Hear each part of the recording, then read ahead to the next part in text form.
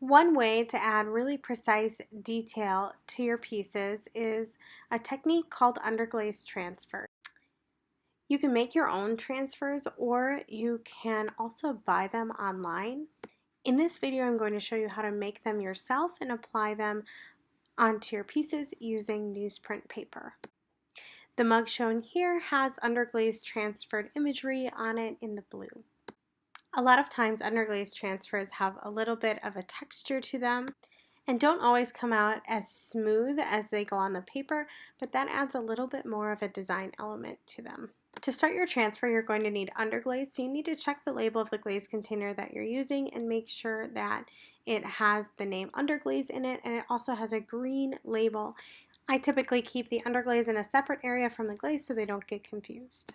The paper I'm using is newsprint. It stays together better and it's a little bit thinner and easier to work with for underglaze transfers. I'm using a small watercolor brush to put my design on the paper. I'm freehanding my design in the video, but feel free to draw out your images first before you add underglaze. You can also print out pictures and use computer paper, but keep in mind that the printer paper is a lot harder to work with and not going to rub off as nicely onto your clay. You can use a really tiny brush, but you may not want to trace every single detail. I would narrow it down to your main large details to trace. When you're painting your transfers, you're going to want to paint your things that you want in front first, and then all of your background stuff last.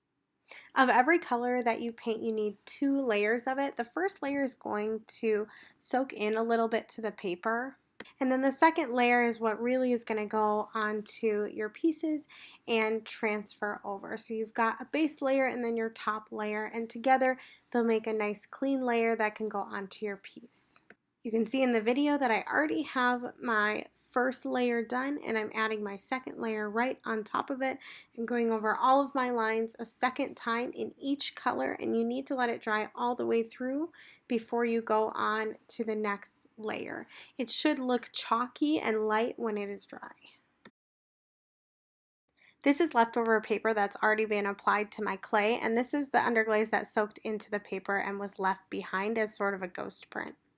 For my second layer, I'm going to mix 2 underglazes together to create a coral color. So I'm mixing a real orange underglaze and a light pink underglaze together in a container. And I'm only using a tiny bit. I'm only taking what I need because this will not be able to go back into any container since it is a custom mixed color. I'm making sure to mix it really well in a clean cup before applying it on top of the 2 layers I already painted of the blue. When I go to apply this image to my cup, this orange is going to be in the background and the blue is going to be on top of the orange because I'm going to be transferring it like a temporary tattoo. Smaller pieces are easier to work with, so I'm going to cut all of my flowers out individually and arrange them on my piece. To apply your underglaze transfers, you're going to need a cup of water, a sponge, a paintbrush, and a modeling tool. These variety of tools are going to help you transfer your image effectively.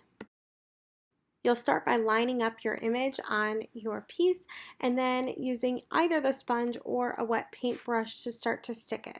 You want to apply the water or the wet paintbrush from the middle to the outside, getting the middle nice and stuck to your piece first, and then working on sticking the outside pieces next.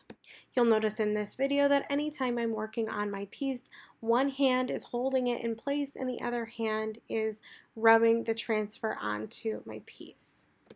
Once the piece is actually stuck, that's when I transfer over to start using my fingers and my modeling tool to apply pressure and transfer my image cleanly. I can peel back parts of my image to check and see how it's transferred, and if I don't like how it's transferred, I can always put my transfer right back on and give it a little bit more work with rubbing and getting that image on there.